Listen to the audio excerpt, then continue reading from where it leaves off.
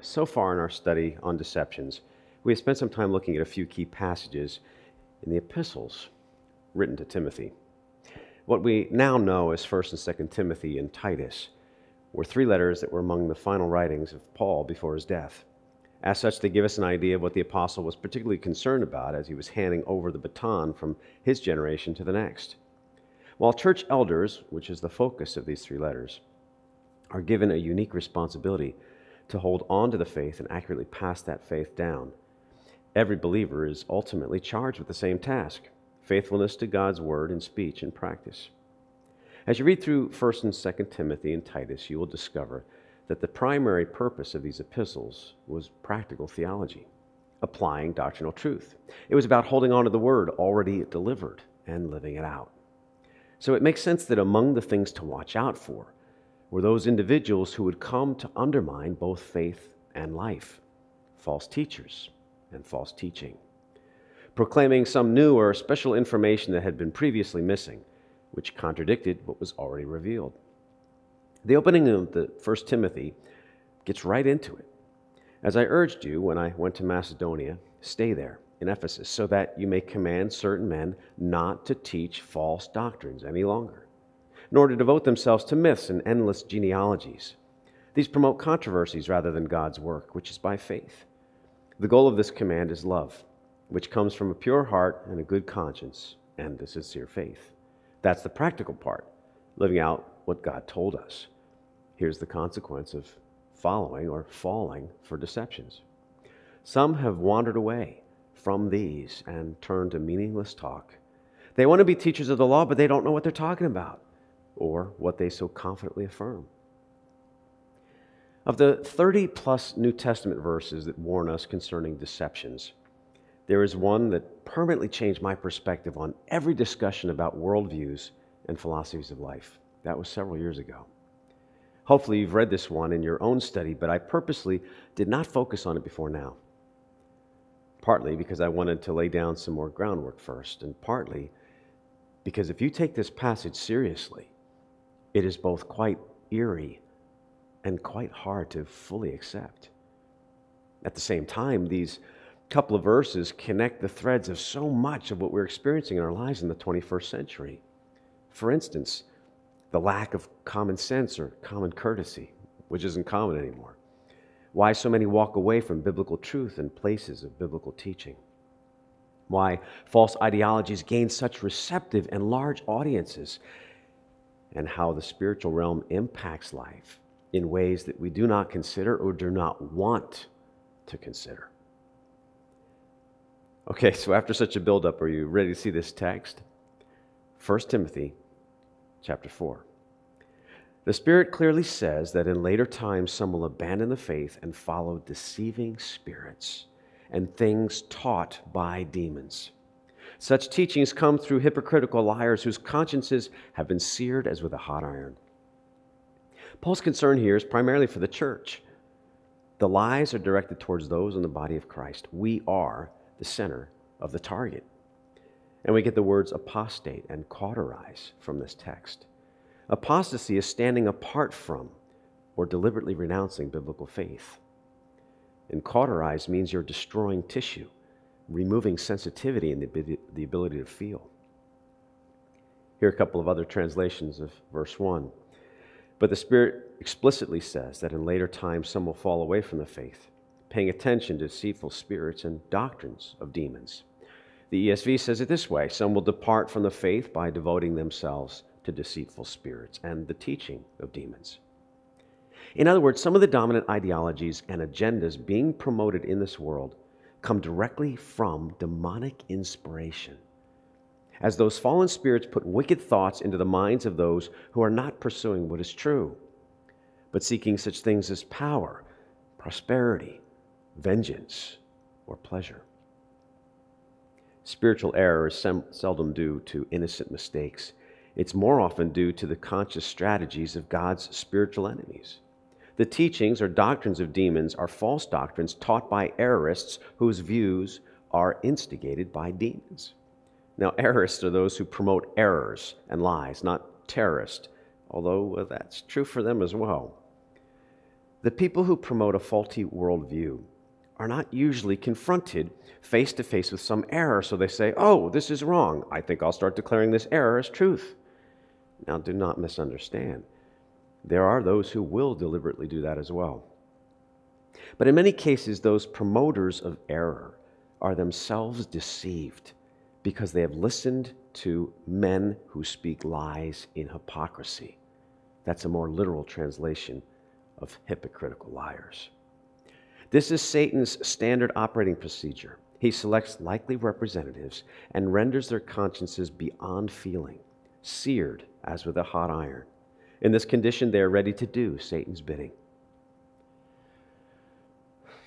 So where does this strategy of misdirection actually take us? Following such spirits and their philosophies lead to the various versions of the occult, Satanism, and all the clearly demonic systems of faith and worship. But those are just the obvious ideologies, not the deceptive ones. The deceptive doctrines of demons include all of those that promote alternative worldviews. In other words, those that do not match or line up with the Bible. Such ideologies are virtually endless in number and variation. Now, while the dark and somewhat grayer-toned philosophies have been part of our world history since the beginning, we are warned here that such things will increase as we get closer to the second coming. Take a look again. The Spirit explicitly says that in later times, some will fall away from the faith. The ones promoting what are in reality false worldviews are convinced that the new truths they possess are valuable. So they will advance those ideas, teaching them as true because they can no longer discern between right and wrong. Paul gives Timothy a couple of examples from their time period in the next verse. They forbid people to marry and order them to abstain from certain foods, which God created to be received with thanksgiving by those who believe and know the truth. In this case, the doctrine of demons promoted the concepts that celibacy is better than marriage, and certain foods make you less holy or less able to progress in your spirituality. At its core, such rules come from the same old Gnostic lies that all that is spiritual is good and all that is physical is bad. That is a Greek concept, not a biblical one. The issue is not so much the details of marriage or food, both of which God approves, but the fact that such new teachings denied the revealed will of God concerning both. So the points on the web of deception begin to come together when an erroneous idea or worldview gains acceptance by a person willing to spread the deception, hypocritical liars. Now, I know we've looked at this in the realm of science and research a few weeks back, but there is a human element in the dissemination of demonic doctrines. Such people become pawns in an eternal chess game. Some know exactly what they're doing and who they are serving. Others are completely blind. Yet they move ahead thinking they are accomplishing great things for the world and for humanity. The form of any deception is really secondary to the larger game plan to rob God of His glory. Remember, Satan's strategy is to direct you everywhere except towards Christ. So here's the picture. Satan and his demons introduce teachings, philosophies, doctrines, worldviews, ideologies that often appear righteous, helpful, or even logical. And just so we don't react against all such things at first glance, most of them will also contain an element of truth and some actual benefit to humanity. A common reaction when we cross paths with what is ultimately a deceptive worldview is, "Oh, it can't be all that bad. I mean, what's wrong with abstaining from certain foods? Isn't fasting God's idea?" Actually, such reactions are why discernment becomes absolutely necessary. Because on the surface, we may be asking those questions, but we're not normally asking these. Where does this lead? What is underneath all of this? To what source does the thread of this idea trace back? So let's try to answer. What does 1 Timothy look like once the deception has been planted? To answer that, we need to look a little bit more at world history. You know, it is a constant tension in preparing a sermon between offering too much or too little scripture study versus offering too much or too little application of God's Word. So for me, I take the long view. There's no way to communicate the whole counsel of God in 1 week or even 1 month. But over the course of time, we are able to get a comprehensive understanding and application of the Scriptures. This study on deceptions is by nature an application study. So most of my time going forward will be spent on offering examples of how certain texts play out in our experience. If you're looking for more Scripture from Sunday to Sunday in this study, let me direct you back to the list of verses in your bulletin. We laid out that in the first 3 weeks so that we could deal with real-life examples more and more after that. Read through all of them from time to time so you can refresh yourselves on the biblical foundation before we get together on Sundays. The ideologies that we've encountered and will continue to encounter deal with all of the life categories that we outlined at the beginning of our study. Such things as science, history, law, society, wealth, religion, prophecy, ethics, God, you name it. And I know that you're already familiar with some of the philosophies that have been given names over the past couple of centuries: naturalism, statism, commercialism, materialism, socialism, fascism, Marxism, and so on. Did these originate under demonic influence? I don't know for sure. Yet discernment requires that we at least ask if they were. You recall the three sources of deception that we constantly face: the sin nature, the world system, and demonic beings. So on the one hand, it doesn't really matter if some philosophy was formed through the world, through a demonic influence, or from a sinful heart. On the other hand, I want you to understand that Satan uses his fallen angels to communicate his agenda through those who have turned away from the truth and from God, including those who have been known previously as believers. With that in mind, let's look at this one more time before moving forward. The Spirit explicitly says that in later times, some will fall away from the faith, paying attention to deceitful spirits and doctrines of demons. Such teachings come through hypocritical liars whose consciences have been seared as with a hot iron. For the time we have, I want to present a couple of historical items that we think we may know, but maybe we don't. What do you remember of the Great War? Not because any of you are that old, but what do you know of how it all started? Let's make this a mini history quiz from 5th grade and just answer one question. Who was primarily responsible for World War I? The answer you're supposed to give is Germany. Well, not exactly. They did carry tremendous responsibility for what happened, but they were not the only nation with bloody hands. We have been taught that wars begin because somebody wants your stuff or your land or your resources or all. And those are still true. And they were true for the Great War. But that was a war that entered a new category of horror and found a new basis for the conflict. Because of industrialization, the tools of war were different than any other time before the 20th century. Trains made quick transport for troops and supplies. They had a metal navy, not wooden ships. Repeating fire weapons, larger guns and explosives both on land and on sea, and submarines, something new. By the end of the war, even newer technologies changed the battle zones again and offered even more creative options to die. Airplanes with bombs and machine guns, tanks which had never been made before, flamethrowers and chemical weapons. None of these were fully developed or employed in a war before 1914. After 4 years of conflict, there were 16 million dead and more than 20 million wounded. And you know, your chances of surviving that war were not much better as a civilian compared to those who had the weapons to defend themselves. That number is about 50-50. So here's the immediate context for how all this started. Austria-Hungary ruled over about a dozen other ethnic national groups. The entire empire was not a cohesive association, but more of a consolidation of power by the Austrian monarchy.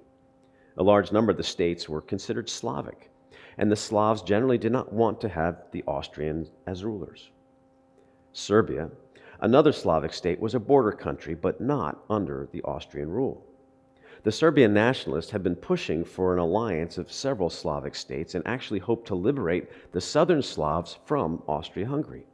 They wanted to create their own union of ethnically connected groups. Obviously, that kind of idea was a threat to the Austrian-Hungarian rulers. In addition, the empire had recently annexed Bosnia, another Slavic state and neighbor to Serbia. The Bosnians didn't particularly like this new arrangement. Now, the Serbians could see what was happening, and they were not looking to become the next addition to the Austria-Hungarian complex. While for Austria, any excuse to have trouble with the Serbs would serve as a great reason to expand their borders and annex Serbia as well. Well, so far, it sounds like a typical build-up to war on any continent in any century. Well, not exactly. Within this tension, a Serbian nationalist assassinated the Austrian heir to the throne, Archduke Franz Ferdinand, and his wife, as they were visiting Sarajevo, Bosnia. That was June 28, 1914. The assassin came out of a revolutionary organization looking to liberate the Slavic states. This was the spark that caused World War I, and it's probably not really disputed as such. In response, the Austrian-Hungarian government declared war on Serbia, even though there was no evidence that the Serbian government had anything to do with the murders. Yet since Russia was Serbia's ally, Russia mobilized to help Serbia. When Russia did that, Austria-Hungary called on their ally, Germany. So Germany then declared war on Russia, and since Russia was an ally of France, the French began to mobilize against Germany. Then Germany began moving west, and by early August declared war on France, and by the first week of August, the shells started dropping. So the dominoes fall as one nation after another pledges support based on pre-war alliances, another significant cause of World War I. Yet behind all of this was a key player, or actually several key players. One of them was the Austrian-Hungarian Army Chief of Staff, Konrad von Hötzendorf. For Hötzendorf, the assassination was a dream come true, even though he was a personal friend with the Archduke who had been murdered. You see, Hötzendorf was a devoted imperialist and strongly believed in preemptive wars to take over smaller countries like Serbia before they could become better equipped to resist. 5 years before the Great War began, he coordinated his plans with the German High Command. In January of 1909, at the height of the Bosnia-Herzegovina crisis, Franz Conrad von Hötzendorf, the chief of staff of the Austrian army, approached Helmuth von Moltke, his German counterpart, to ask what Germany would do if Austria invaded Serbia and thus provoked Russia to intervene. Moltke replied that Germany would back Austria-Hungary even if it was the aggressor in such a conflict, and would not only go to war against Russia, but also against France. So you see, this is all planned out ahead of time. Here again, we see where pre-war alliances made things more complicated and more bloody as the war advanced. But this determination for a preemptive war was part of the Austrian general's mindset. Not only did he look for assurances back in 1909, but more than a year before the war actually broke out, Hötzendorf had asked his Austrian government to go to war over 24 times, specifically with Serbia and his other despised enemy, Italy. He saw this as part of a great contest of survival between the German and Slavic peoples, and he was definitely a German-centered member of the Greater Austria school of thought.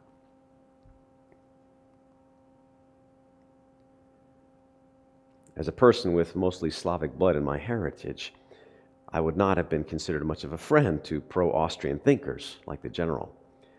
So with this ideology against Slavic people, you can understand why the assassination of the Archduke was an answered prayer to Hötzendorf. He became the top leader of the Austrian-Hungarian war effort, including Austria's plan to secure German support for the war. While Hötzendorf was proclaimed as a great military strategist and expert before the war, he made huge mistakes that caused hundreds of thousands of lives of his own men. And he failed miserably to conquer Serbia until the Germans came to help his cause. But he was pursuing an ideology. Now, to be fair, he was not alone in his worldview. Not long before World War I, a terrible thing took place in South Africa. The threads of that event can be traced directly through the philosophy of the Great War on the German side as well. It was later considered the first genocide of the 20th century. The Herero people were originally a tribe of cattle herders living in a region of German Southwest Africa, present-day Namibia. They were under German control since this part of Africa was one of the few colonies that Germany actually acquired, compared to France or England. But the Hereros had enough of German oversight, and the tensions escalated to a conflict in 1904. The Herero people rose up and attacked the Germans who had planned to split the land and set them up literally on reservations. The Herero soldiers ended up killing over 100 Germans, including civilians. The German governor appeared more sympathetic towards the Herero people, wanting to capture or stop the leaders of the rebellion and return the rest of the people through some diplomatic solution. But the military leaders had a different take on everything. Once the revolt took place, Germany sent 14,000 troops to South Africa under the command of Lieutenant General Lothar von Trotha, supreme commander for the colony. The commander defeated 3,000 to 5,000 of the Herero combatants, but the survivors, some nearly 40,000 or so, retreated and began to run towards the desert. So those that fell were shot and stabbed by the German soldiers, including the unarmed men, women, and children. Yet before the battle ever started, the lieutenant general recorded his game plan in a letter. I believe that the nation as such should be annihilated, or if this was not possible by tactical measures, have to be expelled from the country. He was true to his promise. After sending troops out to round up all the stragglers, the lieutenant general changed tactics and set up patrols on the edges of the colony to prevent any Hereros from leaving the desert and finding refuge. This way they would die through starvation and thirst. The German military back home was aware of his methods against women and children, and here was their response. This bold enterprise shows up in the most brilliant light as the ruthless energy of the German command is pursuing their beaten enemy. No pains, no sacrifices were spared in eliminating the last remnants of enemy resistance. Like a wounded beast, the enemy was tracked down from one water hole to the next until finally he became the victim of his own environment. The arid desert was to complete what the German army had begun, the extermination of the Herero nation.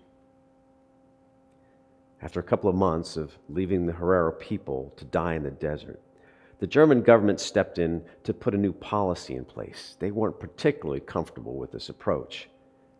And their solution? Concentration camps. It was supposed to be better. So from about 1905 to 1907, the Hereros lived in those camps. And over the next 3 years, Herero prisoners, mainly women and children, were rented out to local businesses or were forced to work on government infrastructure projects. The conditions of work were so severe that more than half of all the prisoners died within the first year. It gets better. Hundreds were taken for medical experiments, and after their bodies gave up the ghost, their skulls were decapitated and sent back to Germany for the scientists to study. Not until now, 100 years later, did some of those skulls get returned to the people of Namibia, who are the descendants of the Hereros. While different numbers are offered, between 1904 and 1908, some 40,000 to 60,000 Hereros were dead, about 75% of their population from 1903. But the lieutenant general was not alone in this. Enter one other key player, present in the Herero destruction and later in Germany's command structure for the Great War. Alfred von Schlieffen was among the ranking officers directing the affairs of the South African colony. Alfred von Schlieffen, who served as chief of the Imperial German General Staff, was a major officer that approved of von Trotha's intentions in terms of a racial struggle and the need to wipe out the entire nation or drive them out of the country, but had his doubts about Trotha's strategy, preferring their surrender. So while he would have preferred to have the Hereros voluntarily come back, Schlieffen was supportive of Lieutenant General Trotha and had actually recommended him for the position in the first place. It was Schlieffen who proposed the concentration camps as a compromise, since the German chancellor was not happy with the desert destruction of the Hereros. Schlieffen was also the brains behind the German plan to take Europe once World War I started. No surprise, it was called the Schlieffen Plan.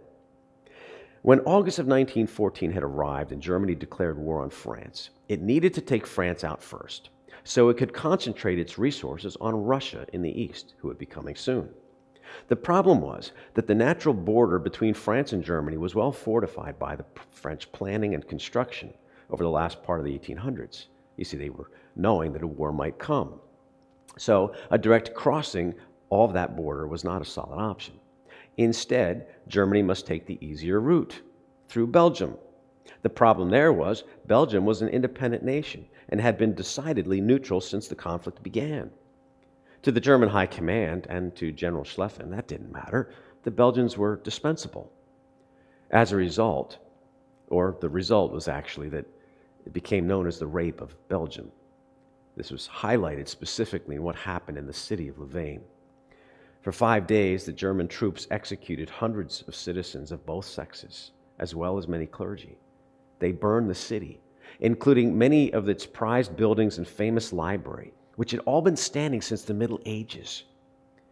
For the German people who generally valued history, hundreds of years of history was gone. In the first weeks of the Great War, over 6,000 civilians are known to have been systematically executed in the various villages of Belgium alone.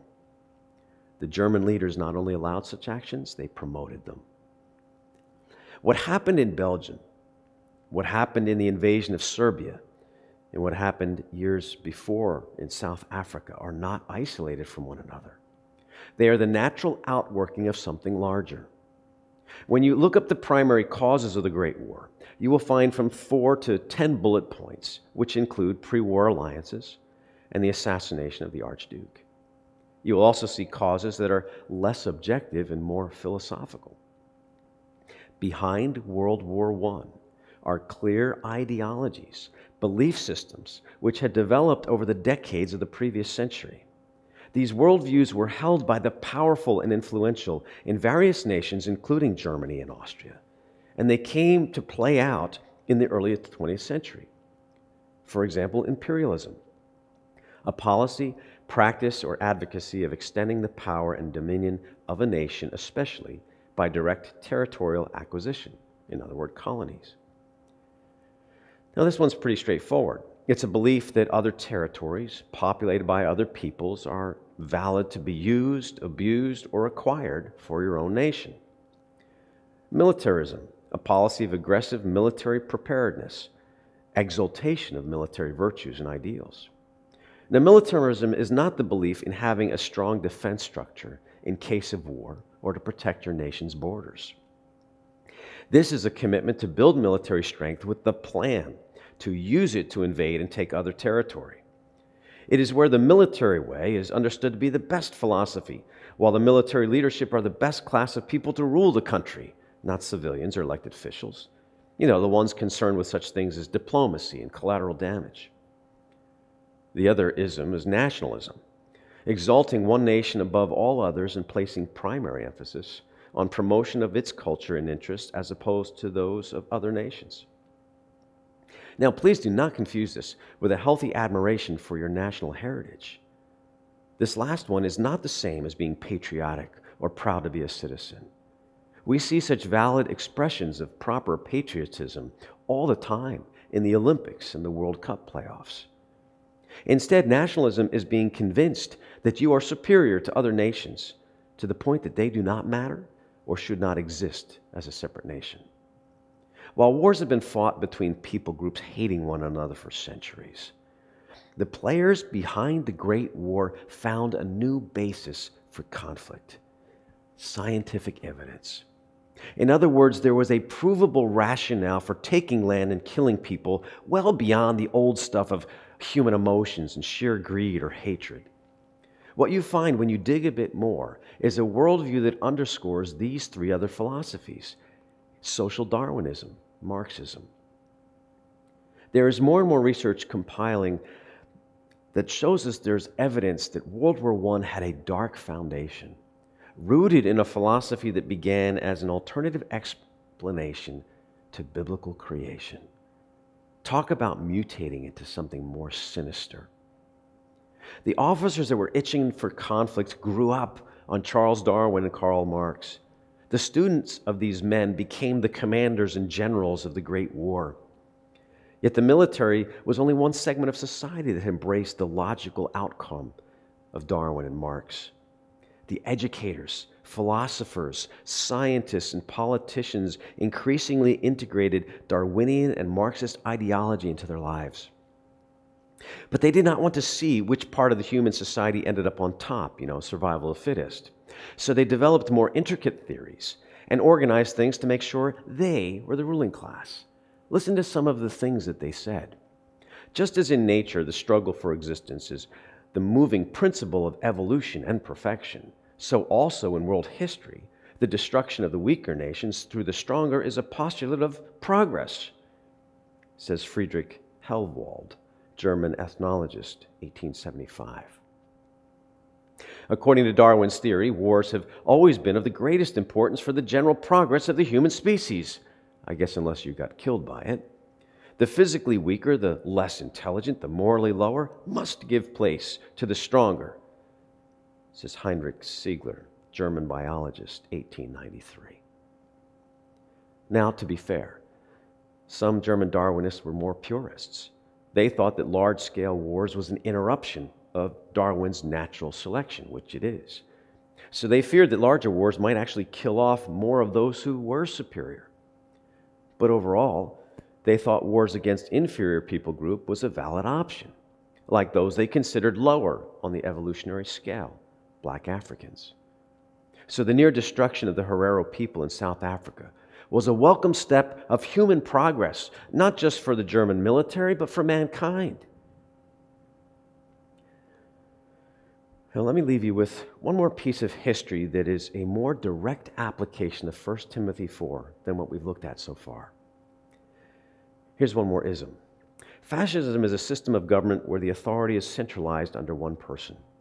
Fascism believes in a stringent social and economic control, suppression of those that oppose through terror and censorship. No First Amendment rights here.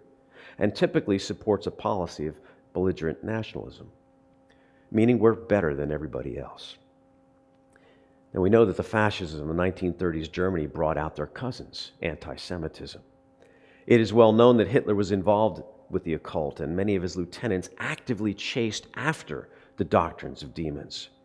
What you may not know is how much demons directed the German national worldview, starting before World War I. And it provided a special focus on the elimination of certain races. The account is found in a classic book entitled The Rise and Fall of the Third Reich, written only 15 years after World War II. It's a history book, not a Christian book, and nowhere did the author admit to any particular faith. These facts made what I found even more chilling and amazing, a confirmation that 1 Timothy 4 continues to apply to life now. In the book, there's a section about one English writer who had an enormous impact on German thought. His name was Houston Stewart Chamberlain, an Englishman who later abandoned his British citizenship and became a German citizen. Let me quote the account from Mr. Chamberlain, or of him, from Mr. Shire's book, The Rise and Fall of the Third Reich. Hypersensitive and neurotic and subject to frequent nervous breakdowns, Chamberlain was given to seeing demons, who by his own account drove him on relentlessly to seek new fields of study, and he got on with his prodigious writings. He was a big writer. One vision after another forced him to change from biology to botany, to the fine arts, to music, to philosophy, to biography, and to history. Once, in 1896, he was returning from Italy, and the presence of a demon became so forceful that he got off the train at Gardone, shut himself up in a hotel room for 8 days, and abandoning some work on music that he had contemplated, wrote feverishly instead on a biological thesis, until he had the germ of the theme that would dominate all of his later works: race and history. Since he felt himself goaded on by demons, his books on Wagner, Goethe, Kant, Christianity, and race were written in the grip of a terrible fever, a veritable trance, a state of self-induced intoxication, so that he says in his autobiography, Lebensweg, he was often unable to recognize them as his own work because they surpassed his expectations. Through these bizarre and dark influences, Mr. Chamberlain wrote the book entitled Foundations of the 19th Century, published in 1899. While the book was not an easy read, it was quickly snatched up by German and European upper classes, and within 10 years it had gone through 8 editions. Chamberlain communicated many contradictory things in his book, concerning the Jewish people in particular, but ended up with a clear position that only Germans deserve to be masters of the world. Here's a quote. God builds today upon Germans alone. This is the knowledge, the certain truth that has filled my soul for years. As further justification for the worthlessness of the Jews and the supremacy of the Germans, he rewrote the New Testament truth concerning Jesus Christ. Whoever claims that Jesus was a Jew was either being stupid or telling a lie. Jesus was not a Jew. By the start of World War I, 15 years later, his book had reached a sale of 100,000 copies. That was pretty big back then. But among the first and most important admirers was one who developed an ongoing friendship with Chamberlain for the rest of his life. This important figure who received the book with great enthusiasm was Kaiser Wilhelm II, Germany's emperor, who served from the late 1800s all the way through World War I and beyond. Ultimately, the thread of Chamberlain's ideology found another heart in which to rest, and this one I believe you know. The book which most profoundly influenced the German mind and provided the Nazis with their racial aberrations was Foundations of the 19th Century, a work of some 1,200 pages which Chamberlain, again possessed by one of his demons, wrote in 19 months and was published in 1899. Here's a preview of how demonic philosophies weave from one generation to the next and lead to newer developments of the original worldview. Darwinism and Marxism leads to communism in Russia, fascism in Italy, Nazism in Germany, and progressivism in the United States. It leads to eugenics, population control, and now Planned Parenthood. Darwinism gives birth to variations on the same theme. Anti-Semitism has been around for millennia, but it came to the front of the world through the help of a few key players. The belief in destroying inferior races, whether they be identified as Slavs, blacks, or Jews, were embraced by the commanders and generals of Austria and Germany through the period of 2 world wars. The devaluing of certain people groups to the exaltation of other groups is only one product of Satan, willingly purchased by those whose hearts are open to him, but not to God. The philosophical basis for the execution of millions of lesser races is still alive now. But it came from those who listened to the doctrines of demons and gave it to Europe and to the rest of the world.